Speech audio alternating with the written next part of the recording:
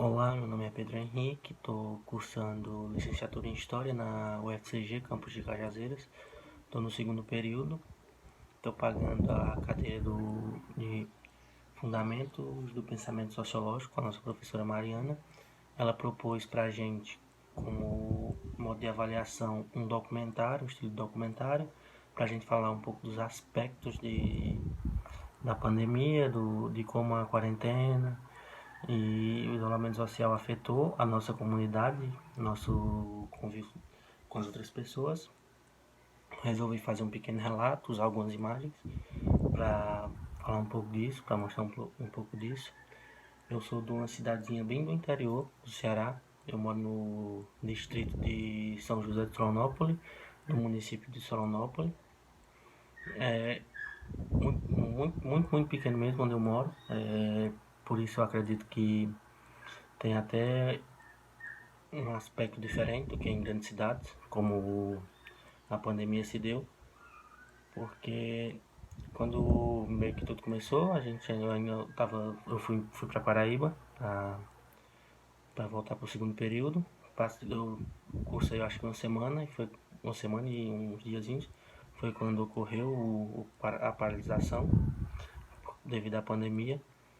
Eu voltei achando que ia passar 15 dias, 20 dias em casa e ia voltar para a faculdade, para a universidade, que foi o que não aconteceu. Isso aconteceu, eu vim de lá no dia 17 de março e a gente já está no finalzinho de novembro, então a gente vê que se prolongou muito, então é muito tempo, muita coisa pode ter acontecido em todo esse tempo.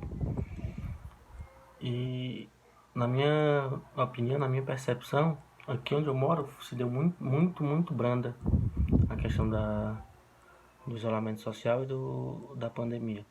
Já que até o vírus demorou muito a chegar aqui onde eu moro, devido a ser um lugarzinho muito pequeno, onde não tem muito tráfego, não vem muita gente de fora, demorou muito a chegar aqui, já que passaram mais ou menos uns 3 meses que já estava tudo paralisado para começar a aparecer os primeiros casos, porque o nosso governador Camilo Santana, ele decretou no dia 20 de março o fechamento de alguns tipos de comércio, tipo bares, restaurantes, lanchonetes.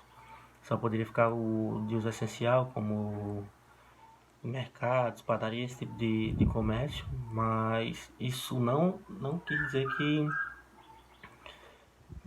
o meu distrito entrou em quarentena, entrou em isolamento, porque todo mundo que tinha lanchonete, todo mundo que tinha restaurante, alguma coisa que precisava vender, resolveu optar pelo sistema de delivery, que não foi uma boa. É uma boa opção se tivesse tomado os cuidados necessários, já que isso não aconteceu. Às vezes eu já tive contato com os entregadores e eles meio que não se preocupavam tanto, não tinham tanto medo, já que, como eu já falei, a doença não tinha chegado aqui ainda, porque a gente ainda tinha um pouco de cuidado. Eu higienizava minhas mãos, de pegar em dinheiro, pegar em sacola, tudo. Só que às vezes você pegava o dinheiro, entregava, eles pegavam de qualquer jeito, guardavam no bolso, apenas utilizavam a máscara porque era obrigatório, porque o governador fez o decreto, né, que se torna obrigatório. Mas esse era o único motivo de grande parte da população do meu distrito usar máscara, pelo decreto, porque eles não tinham medo, eles não usavam porque tinham medo da doença, simplesmente porque tinham medo de uma multa, porque se você fosse pego sem máscara aqui, tinha multa de 50 a 500 reais, se eu não me engano, é algo assim, você poderia ser multado entre esses valores, e as pessoas tiveram muito medo, mas não foi isso que fez elas usarem a máscara, usavam simplesmente por medo da multa, não por respeitar a doença, que é alguma coisa muito grave.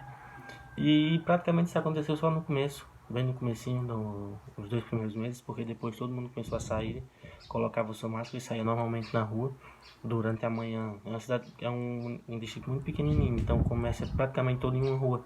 A rua sempre tem muito movimento, todo mundo andava normalmente, como se nada tivesse acontecido, apenas colocavam sua máscara. A única diferença era essa, porque você via as pessoas de máscara, mas simplesmente isso, as pessoas paravam, conversavam normalmente.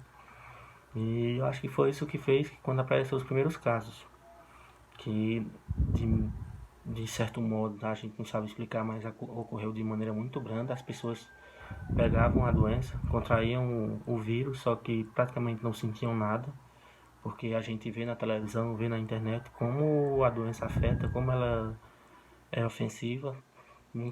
As milhares de pessoas já morreram e não foi o que aconteceu aqui, graças a Deus. As pessoas tinham, às vezes sentiam uma febre, perdiam o gosto, paravam de sentir cheiro, mas era praticamente isso. Pouquíssimas pessoas se sentiram muito mal.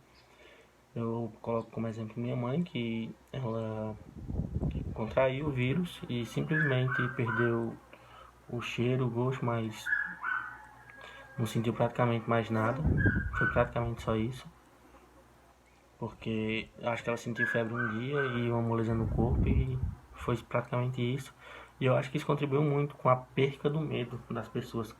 Por isso que as pessoas pararam de respeitar um pouco o vírus, já que foi visto tantos casos e nada tão sério. No meu distrito aqui só teve 2 mortes, que muita gente fala, porque tem aquela teoria da conspiração, que eu acredito que tem em todo lugar, dizendo que a doença não existe. E quando saiu o caso desses uma senhora e um senhor já bem de idade que faleceram devido ao corona, o povo dizia que não era, que eles morreram de outra coisa, mas a prefeitura botava que era para poder vir dinheiro, não sei o que, porque achavam que a doença não existia, queria botar a culpa na política, dizendo que essa doença era mais politicagem do que mais nada, que não existia. E isso foi um grande agravante, graças a Deus, sem saber explicar porquê. A doença não afetou tanto, já que só tivemos esses 2 casos de óbito, e muita gente contraiu a doença e, e a doença não levou essas pessoas à morte. Então, meio que a partir daí as pessoas começaram a viver normalmente. No dia, se eu não me engano, no dia 5 de setembro, o governador abriu tudo, liberou para todo mundo abrir. E no mesmo dia que abriu, as lanchonetes e bares já estavam bem frequentadas, as mesas cheias, o pessoal se reunindo de novo, conversando. Chegavam, tiravam as máscaras, colocavam lá na mesa e conversavam normalmente, como se não tivesse acontecendo nada. Foi como se a pandemia tivesse acabado. Eu acho que muita gente pensou já que podia abrir as lanchonetes e os bares porque não tinha mais o vírus, mas isso não é verdade, porque ele hoje ainda está causando um grande estrago por aí afora. Só que devido a ser um pequeno distrito, não tem muita relação social com esse mundo exterior. Então não tem como, de maneira, o vírus não tá chegando aqui. Porque apesar de tudo, as pessoas têm uma vida normal, mas evitam sair para fora, não vão para cidades maiores que tem ao redor, que muita gente fazia feira nessas cidades. Que, por exemplo, o Iguatu aqui, que é um grande polo comercial, uma grande cidade daqui do interior, do interior do onde eu moro. É uma das maiores e muita gente frequentava muito, resolvia quase tudo lá e isso foi mudando porque as pessoas evitavam sair, tentavam resolver tudo por celular ou que dava para resolver por aqui mesmo, ou até na nosso próprio município, que é Solonópolis. Mas isso é a única coisa que a gente vê, porque as pessoas realmente não têm medo, é como se a pandemia não existisse. Eu mesmo não seguia como deveria o isolamento, já que eu arrumei emprego, eu comecei a trabalhar durante a pandemia. Só parei no período que a minha mãe contraiu o vírus, eu fiquei com suspeita, mas fiz o exame, deu negativo, aí resolvi não voltar mais. A partir daí foi que eu comecei a respeitar mais, que eu comecei a evitar a saída, mas é algo bem estranho. Você vê como a sociedade aqui está lidando com o vírus como se ele não existisse. Vou tentar aproveitar e botar um vídeo que eu gravei no dia da eleição que demonstra muito bem isso. O Eviston foi reeleito e agora é Ana Flávia. Tá estourado, 55 estourado. O Eviston foi reeleito e agora é... Aí a gente já vê que o vídeo deixa bem claro como a população está reagindo, como não ligam mais. É muito preocupante, mas eu acredito